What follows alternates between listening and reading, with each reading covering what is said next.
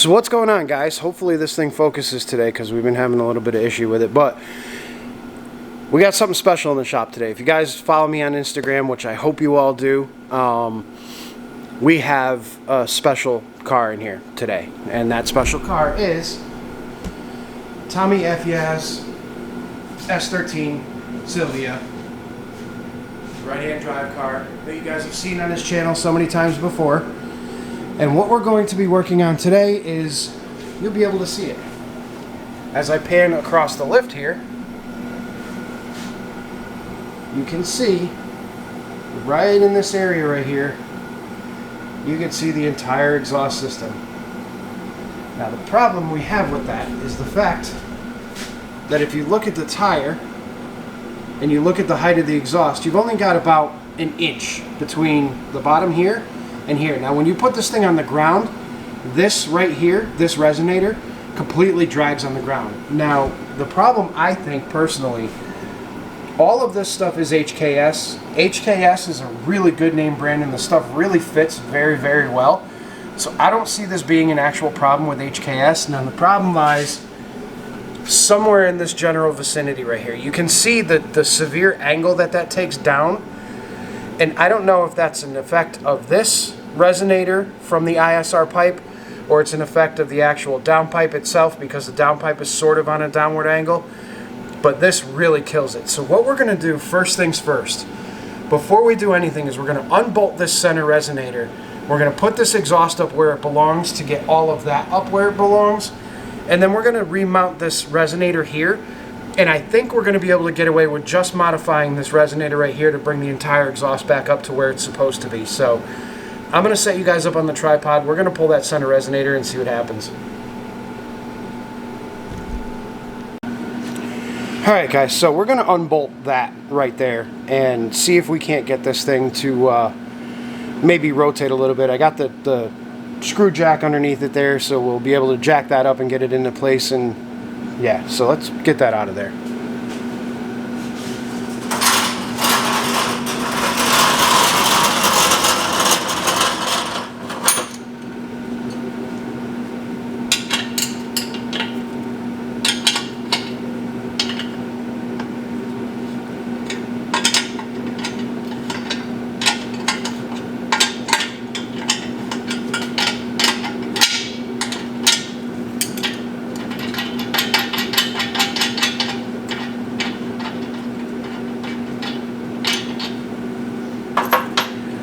Now, I have to say, sometimes, I don't want to say that ISR's quality is substandard,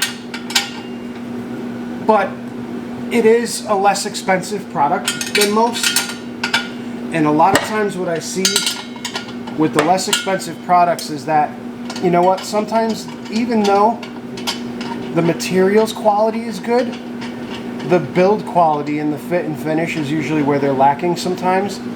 And that might be the issue that we're running into here, where something was just welded at the wrong angle, or, you know, you never know with these things. So we'll take this off of here and we'll kind of see. I mean, the angle sort of matches, but it's not the greatest in the world.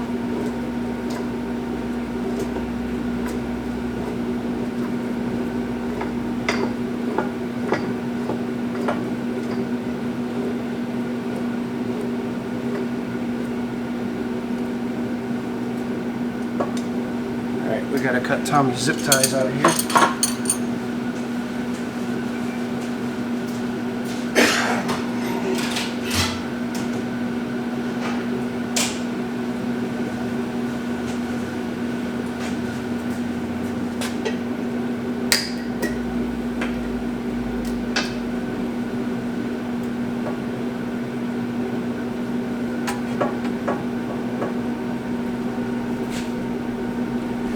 Alright, so now we're about where we should be with the rear exhaust system.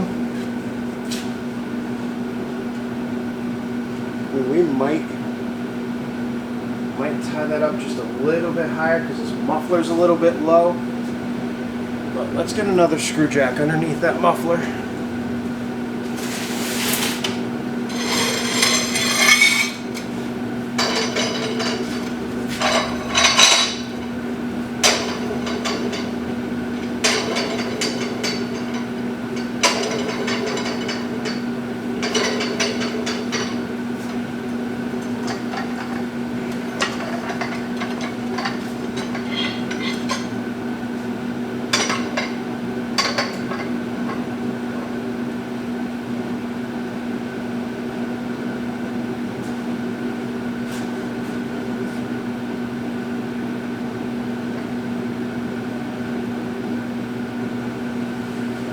Alright, so now that our exhaust system is sitting as it was intended to sit originally, what we're going to do now is we're going to take this piece off here, and we're also going to, I'll take you guys in and out, well, you can actually see it.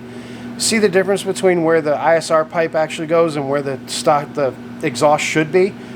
That's the problem that we have to figure out. And if you want to see it even more depth, that's what you're looking at. I mean, light's a little blocked, but that's the actual discrepancy. And that's quite a bit. So my hope is that this is just rotated improperly, because Tommy did match up the actual, you know, logos side to side, but that doesn't always matter. Sometimes the logos on these are backwards.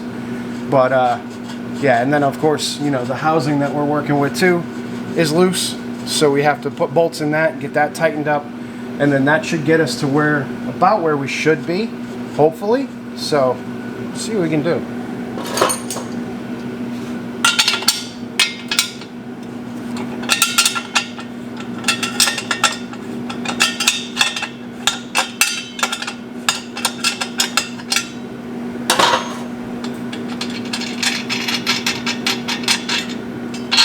We may end up cutting some of these and maybe cutting this back a little bit, putting a V-band in it, kicking it up so that it meets properly, but we'll get there when we get there.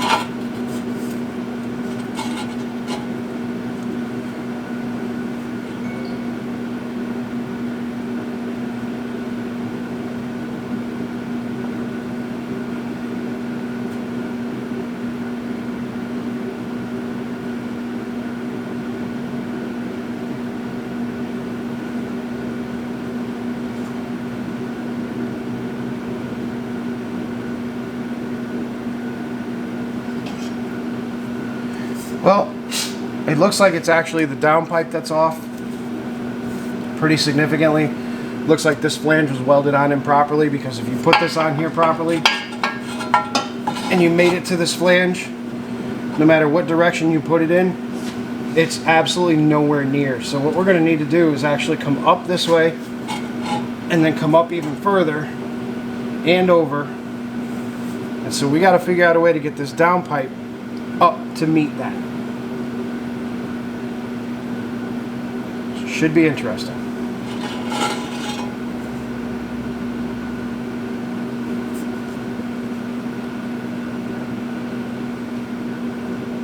We got to address that too. So I'm going to address this, and then we'll come back and we'll start fabricating the piece that's going to go in between these two.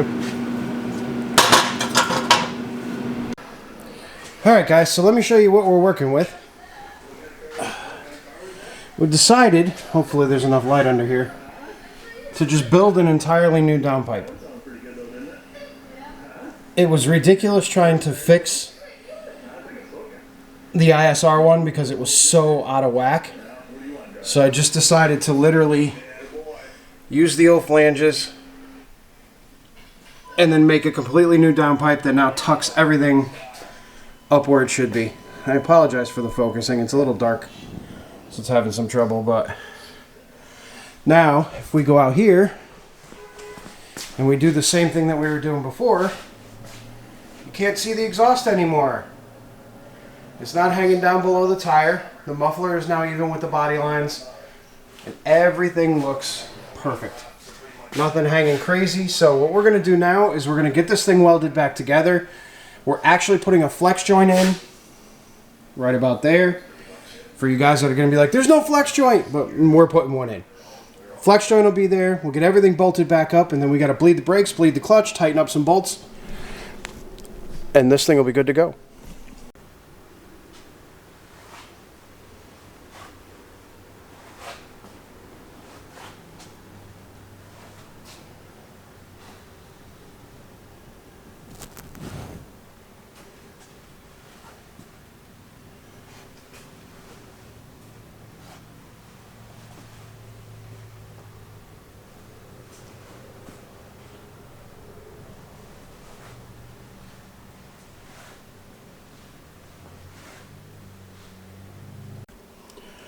Well, guys, you know Tommy likes that old logo stuff.